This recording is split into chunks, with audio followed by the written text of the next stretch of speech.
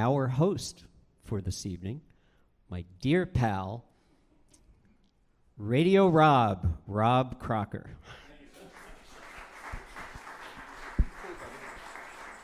John, I'll send that check tomorrow. Thank you for that intro. All right. Good evening. So I'm Rob Crocker, and Bonnie talked about what it takes to have this place here, and she used the term, what it takes to keep the lights on. Does she not? Do you remember that? Well, earlier, before you arrived, she was sitting there, and that lamp was on, and Bonnie said, so they were quite serious about that. The artist we are going to listen to tonight is also serious. He's a serious musician. Well, I tell you what, this explains how serious he is and how much he wanted to make this gig tonight. What's going on in Midtown? Gridlock. He lives in the Village. It took him a couple of hours just to come up to get here. And that's before trying to park his vehicle. Wow, Ben Alison. He is an extraordinary musician. This is the first time we worked together, but I know all about him, and I've always been impressed with him, and I'm happy to be with him tonight. But some of you have come a long way. Is that true? I mean, you're not like West Side people like I am. So then, you always have an answer. I think the best thing now is to introduce to you, my friends, the Ben Alison Quartet.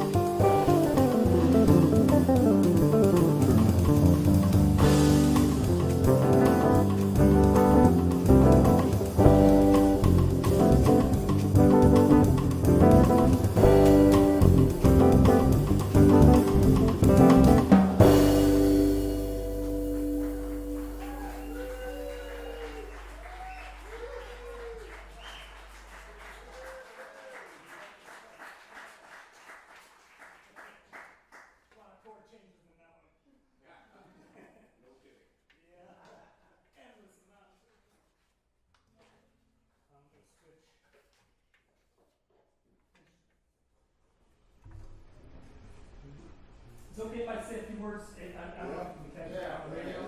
So I'll just quickly introduce the tunes. The first tune we played is called Safe Passage. Safe Passage. Nice. And the last tune we played is called The Chase. That's what's happening outside.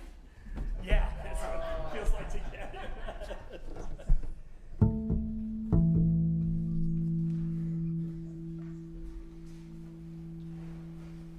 Actually, it was inspired by watching some kids chase each other around on the beach. Yeah, kids just know how to have fun. This one's called Milton. Inspired because Milton Nascimento, and I sincerely hope you all have tickets to come hear him when he comes to town next month. I'll be there. What is that date? October 6th. Yeah. Mm-hmm.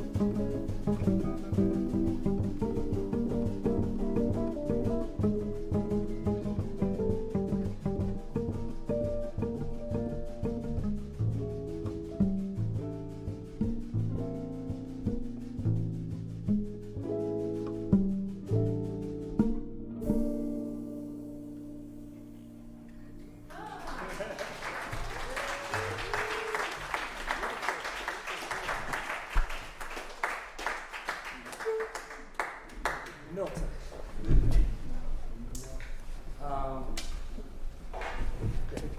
This one's called Breakfast with Eric. Where's your name? I never got the pleasure. Eric Dolphin. So when you hear this bass line, you might think, yeah, I don't know, that sounds like vaguely familiar. I was thinking, you know that record Out to Lunch? Yes, well, yes. All right, so I wrote this tune. We didn't have a title, and I just told the story to the audience, and I said, I'm looking for a title, Out to Lunch, and someone's like, how about Breakfast with Eric? Smart. So that's instantly what it was called. My people talked to his people, we worked all.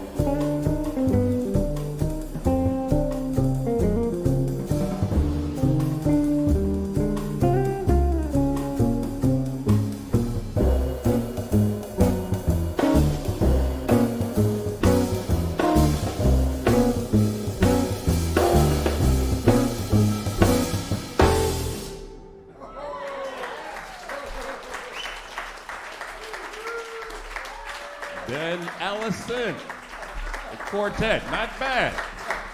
Worth coming through gridlock for. But first thing. Who the hell are these fantastic artists? I mean, the drummer is like super sensitive and it's up tempo and down tempo. It's perfect. The guitar players, you look at the guitar players, and they're in guitar heaven. I'm definitely in guitar heaven. Okay, so let me introduce the cats. I think I turned it on. Okay. Hope you can hear that. On guitar, incredible player, obviously, and incredible band leader in his own right, Chico Pinheiro. Chico. Yes. Obrigado.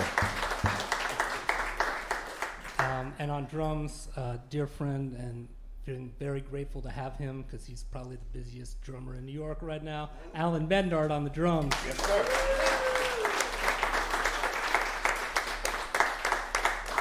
And one of my dearest friends, and we've been collaborating for, I don't know how many years, since probably 17, that sounds about right. Yeah, we met on a gig and never looked back. Wow. And we've done a bunch of records, and that's what we're joking. We're just like telling stories about tours back there. That's why we're all cracking up. It's Steve Cardenas on guitar. Steve Cardenas. I see. So all the ladies in the audience, that's why you told those jokes back there. Oh, Yeah. It's not like that. Oh, I'm sorry, I said musicians on tour, you know. Yeah, it's true. But we have a lot of fun. Okay, but that's good. Let me be honest about something. Let me be very honest. Please do. I'm from Brooklyn. You're right. I grew up there listening to jazz. And I don't know about you guys, but in my head, the lead instrument is a tenor sax, a piano, a trumpet. The bass as the lead instrument is, I'm sorry, but I'm working at it. I'm trying to get to that understanding. The bass as a lead instrument, that's the featured instrument. Am I being old-fashioned? I don't know. You could ask Mingus or Dave Holland. About that. Don't ask Well, me. Dave Holland, yes, but Mingus, I don't know. Okay. Well, you know, from my writing, you can tell, like, I express myself through bass, but also through my compositions. That's why I wanted to focus on these new tunes from this latest album, Moments Inside, because part of my artistic expression is writing new music and really writing music for specific musicians. So I wrote this music with everybody here in mind. So these are the musicians that were on the record. Not everybody does that. Not everybody gets a chance to do that. But I wrote all this music during kind of the throes of the pandemic when we were all locked indoors and couldn't perform anymore and couldn't play together.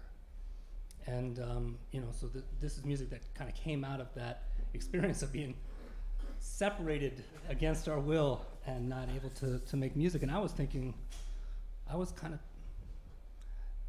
part of me was pissed off, you know, I was just angry that I couldn't do it and none of us could do it. And of course, all the tragedy and misery around it.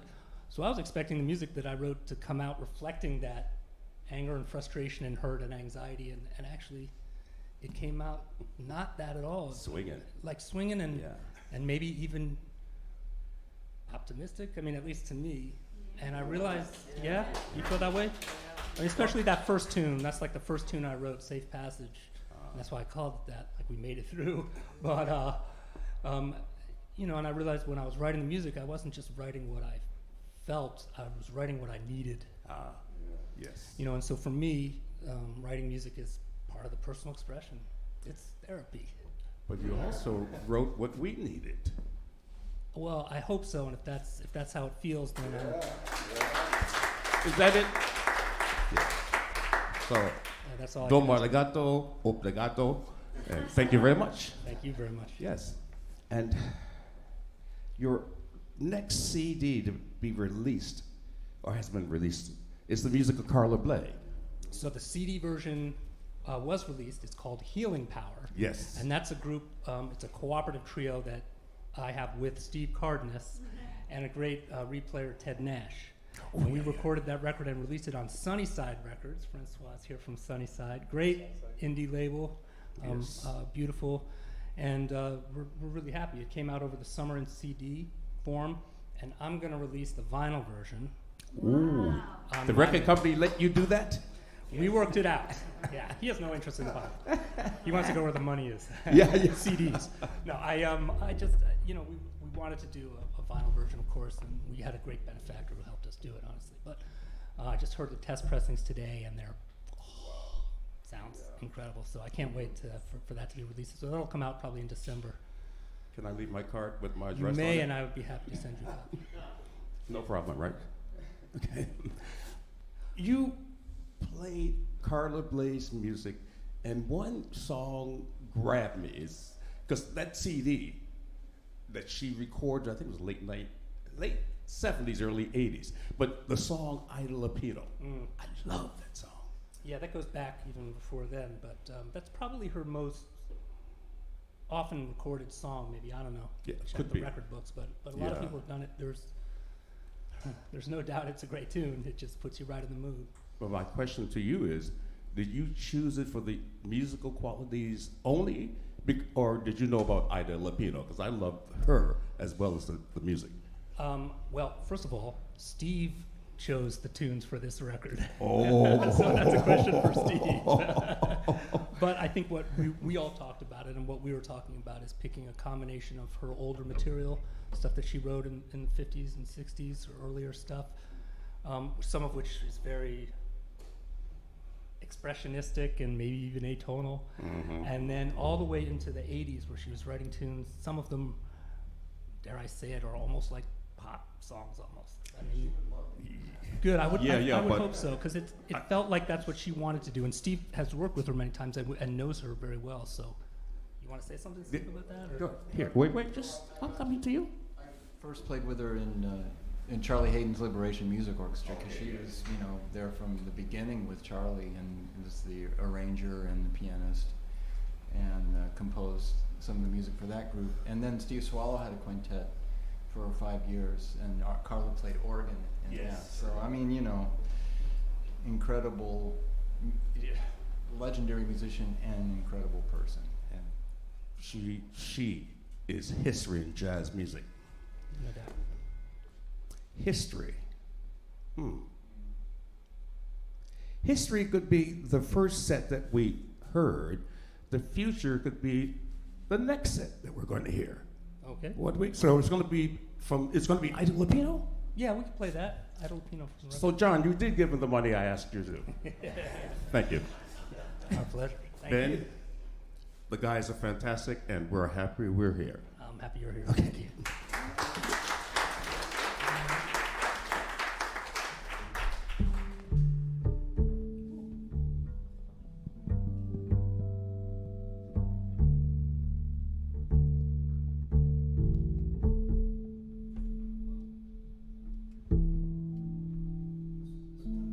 Definitely got to be in tune for this too.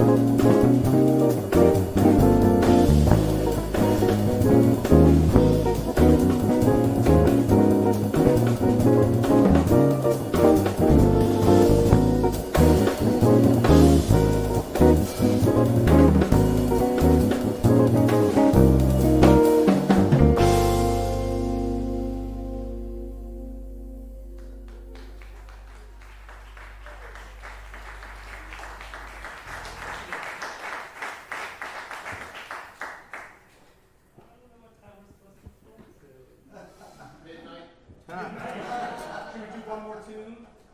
We have another tune. One more? Okay. That's a tune called Voyage of the Nautilus. You remember that one? Maybe. Okay.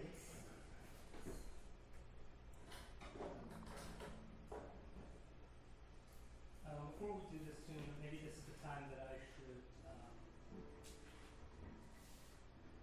thank Bonnie and Yamaha Artist Services for hosting these incredible concerts in this very cool space. So I wanted you all to give a big round of applause.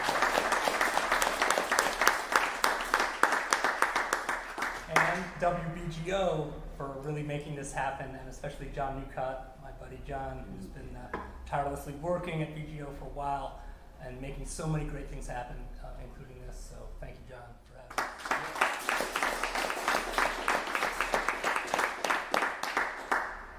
And I guess it feels fitting, and this just popped into my mind, but I'd like to dedicate this last tune to Michael Bourne. And and I think the title fits somehow. It's called The Great Sandero. It's about a magician.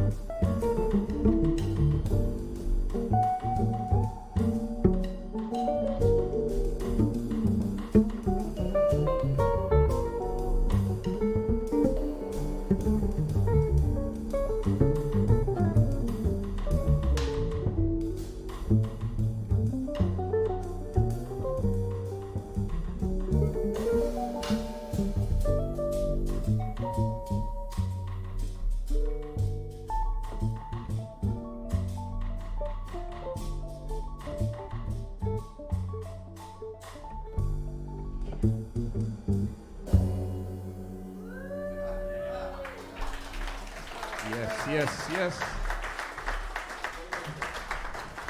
Ben Alison and the Quartet. Yes, really, yeah. Man, you guys. So on behalf of Yamaha and WBGO FM, we'd like to thank you guys for coming tonight. Is this a European classical music audience or a jazz audience? Because I thought when I was saying goodbye, you would say, no, encore. But that should be more than one or two people. Okay, there's the voice.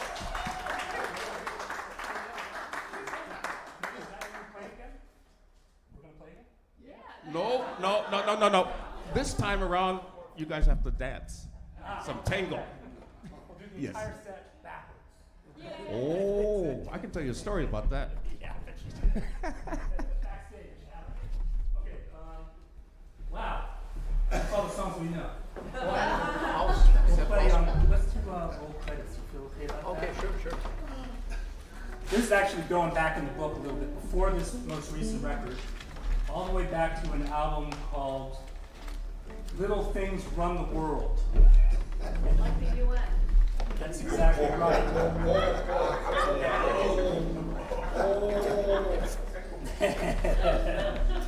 Good one. Timely. And I should tell you that I did a bunch of records for a small, great independent label called Palmetto Records. 10 records for them over my career. And 4 years ago, all the rights to those records came back to me. Yeah.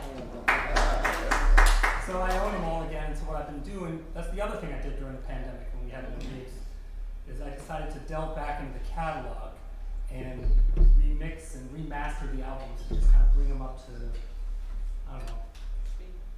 Well, not bring it up to speed, but bring it up to what I feel is like the best sounding quality. We made this, they sound great, the original records sound great, but we mixed those things in like 5 hours. We did a great job, but now I just took my time and I really went back and just kind of pieced it together exactly the way my original intention of sound would be. And I must say, I think it sounds great, and I'm re-releasing all those records this fall. So, Little Things Around the World comes out November 8th. I got a lot of records coming out this fall. 5 to 6 in Canada. Okay, so this is off that record. It's been a while since we played it. And I don't know if you've ever.